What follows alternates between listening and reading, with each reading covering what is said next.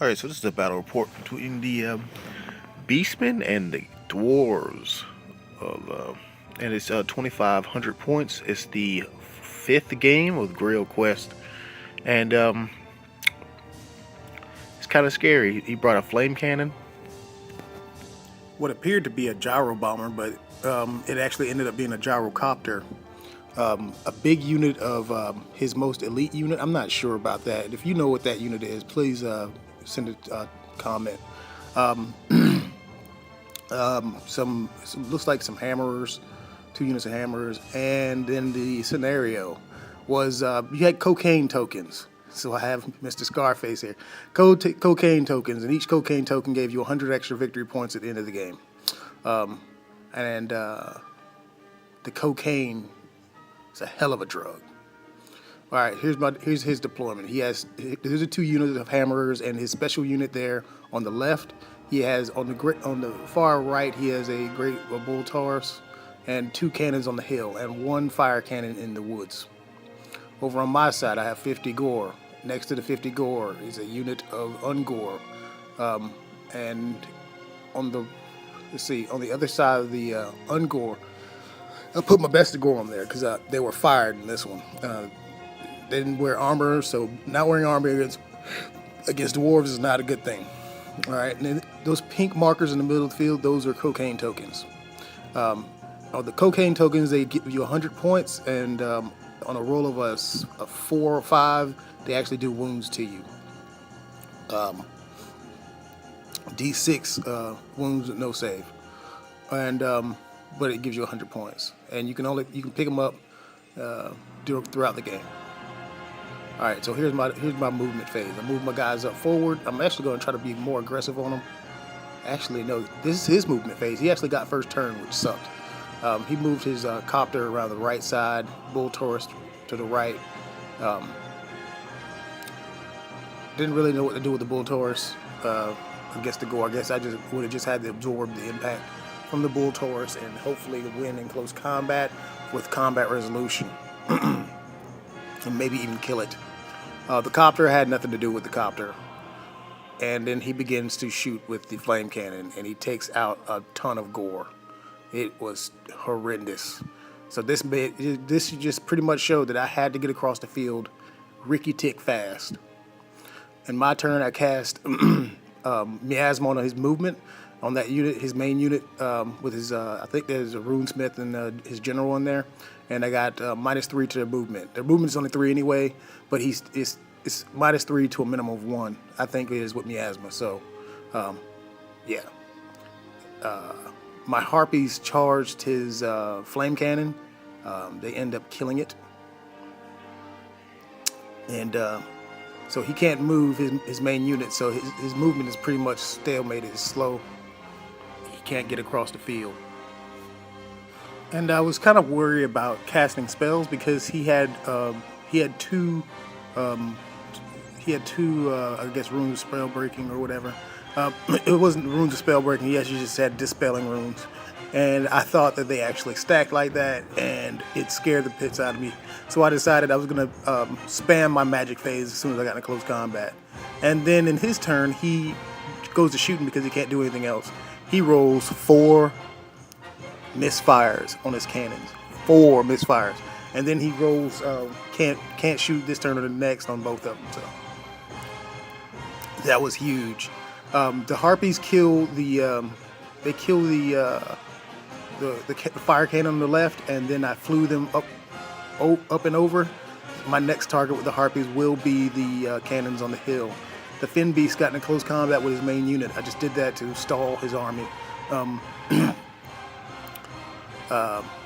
I needed to go to get there without getting pummeled by 2 units, so that's what I did. It serves 2 purposes. One purpose to get in the way, and the second purpose to get to those cannons. But I probably should have stayed in the way. That would have been a lot better. But anyway, you live and you learn. You can't go back in time. It's not a hot tub time machine. I wish it were. All right. So here's another view here. He moves his great bull Taurus back behind the unit. I guess he was doing that to protect the cannons. but I still didn't understand it. And he wants to, and then he revealed his plan in his next turn. He wants to charge my main unit with the Bull Taurus and the Dwarves, his main unit of Dwarves. Which at first I was okay with this because I'm like, I should be able to kill the Bull Taurus and then do quite a bit of damage to the main unit since I'm hoarded out and I'm throwing a lot more of attacks. And